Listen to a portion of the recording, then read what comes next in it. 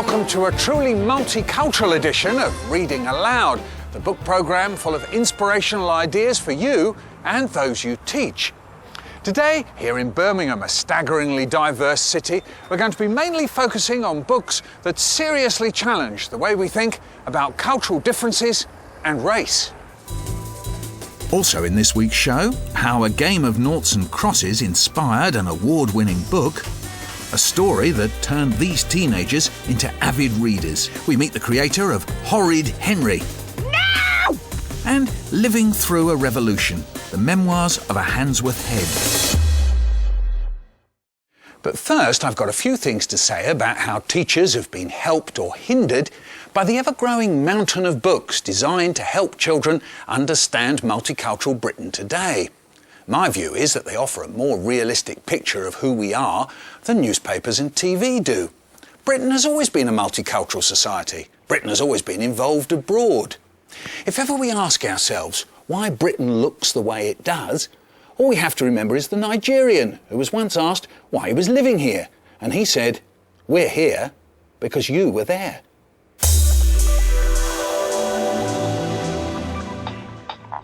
Now, Noughts and Crosses by Mallory Blackman. The title of this powerful and provocative novel was actually inspired by the brain-numbing game.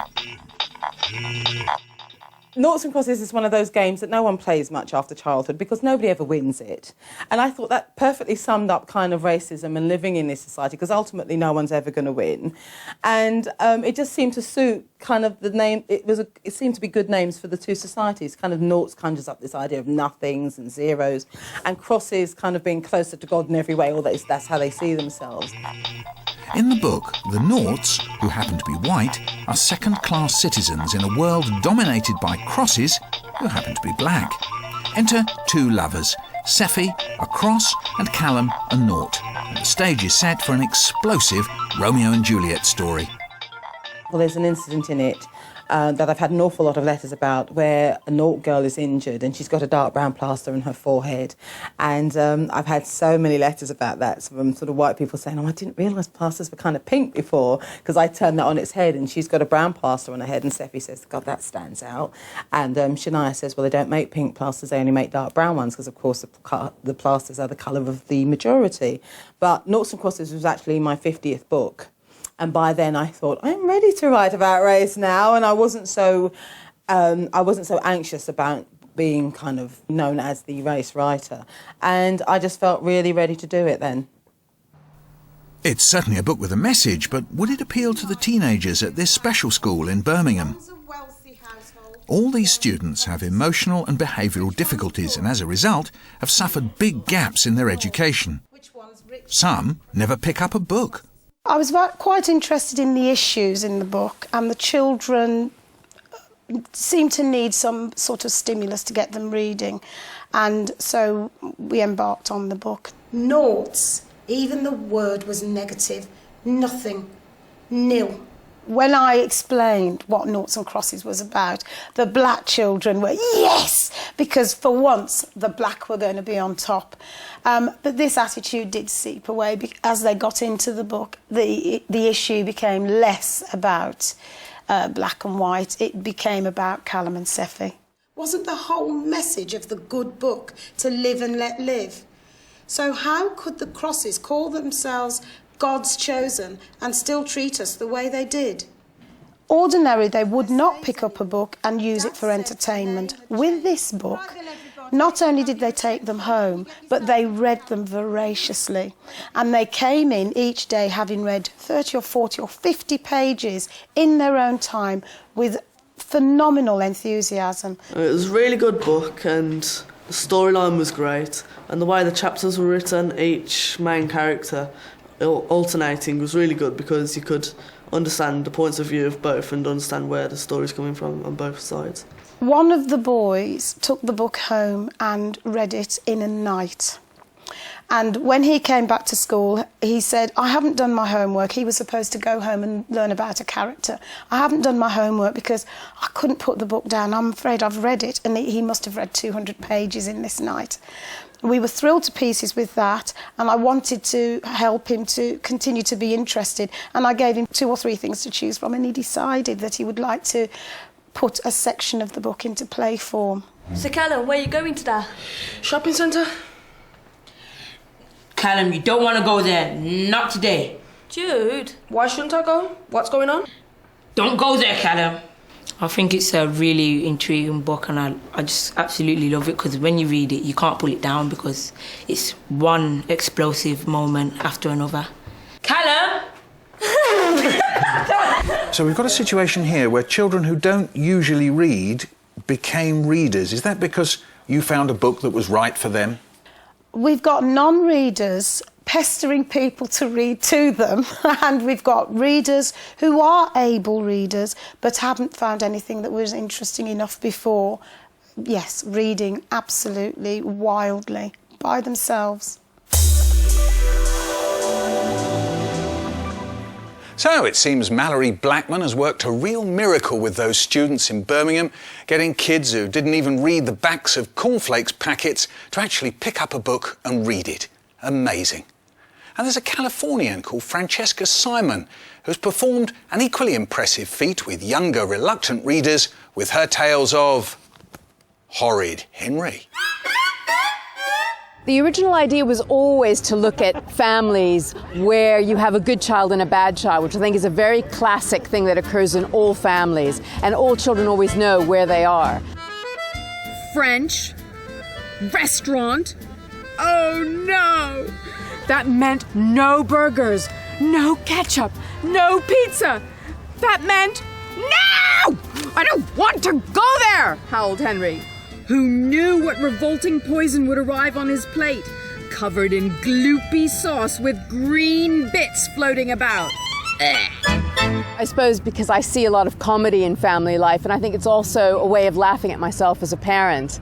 Because sometimes you hear, even though I have one very well-behaved son, you sometimes hear yourself as a parent and all you're doing is criticizing. And just to hear that kind of voice in my head makes me laugh, and I suppose makes me more aware of it. One of the things I think that's really fun for teachers is that the books take about 11 or 12 minutes to read. So they're perfect for story time at the end. They also allow teachers to show off all their funny voices. And I think it's fun. A lot of teachers are great performers, and it really gives them a chance to shine. This is the Soho Road in Handsworth, Birmingham, where cultures collide. Not far from here, there have been recent clashes between the Asian and black Afro-Caribbean communities, but nothing to match the intense violence and rioting that took place 20 years ago. The head of a local primary school, David Winkley, found himself effectively in the middle of a war zone. The news that something is afoot sweeps through the school like wildfire. Already there are gangs of boys roaming up and down Grove Lane. They are settling on the curbs of pavements and seated on walls, baseball bats in hand, anticipating trouble. Some of the children are frightened, but the local boys are not interested in the children. For them, these are the preliminaries to some possible war. Its purpose, its motivation, puzzlingly obscure. The school and David Winkley, now Sir David, survived and prospered. His book, Handsworth Revolution, has become something of a template for those seeking to transform schools in deprived areas. One of the qualities of a great school, as opposed to a satisfactory school, is its ability to take on a continual challenge of innovation. So, always asking the next question, how can we make this school better? And where does that innovation come from? I think it starts with a vision, with a sense of utopia. Now, you'll never get to utopia, and you'll notice that through the book, the theme of utopia recurs, but it's an elusive theme. And David's utopian vision was challenged dramatically on one occasion when the netball team suffered racist chants while playing a largely white neighbouring school.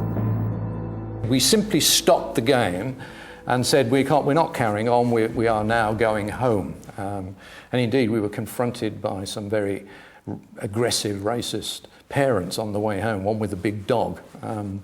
But a stand has to be made in that kind of situation. We heard there about an incident where David Winkley stood up to racism. Is that a theme that runs through the book, Winsome? It sort of hops, skips and jumps through the book. It isn't a book about racism in education. I think he's very blunt. I think he's the opposite of politically correct, if you like, and considering all this happened a very long time ago, he was able to act very boldly in an unapologetic. He wasn't mincing around in the way that a certain kind of liberal conscience might have done at the time. He was very direct. And isn't that because of his belief in the community around the school? I mean, he has an almost abstract idea, doesn't he, that you have the school and the community, and perhaps wherever it might be, these two groups, if you like, must get on. Yeah, I think that's one thing that actually comes across very, very well, is this idea of a multicultural community within the school, within the local community, but also at a national level. I love also the way that he leaves the school and goes to the community.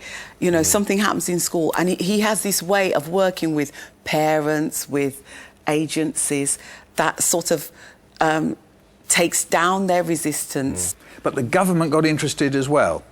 Now, what were they interested in? A number of things. His emphasis on maths and language in the mornings. A whole morning? Yes. A whole morning. His concern to have a record-keeping system whereby the progress of every child could be monitored through the years. His concern to have a rigorous, tough-minded set of professional appraisal that gave him, the head, and his colleagues a sense of where they were going. And that appraisal came from outside? Came from outside. It did. So, do any of those things strike us as familiar? The way he likes to depict it is that he was very ahead of his time, and for him, the government were just playing a kind of catch-up behind him and his ideas. I don't think really it is Handsworth Revolution, that book. I think it is Handsworth Evolution. Because actually he didn't just turn up in 1974 and turn everything over in the course of a year, did he? No, it took a lot. That's very right. few people stay in the school for 23 years and transform it in the organic way that he did.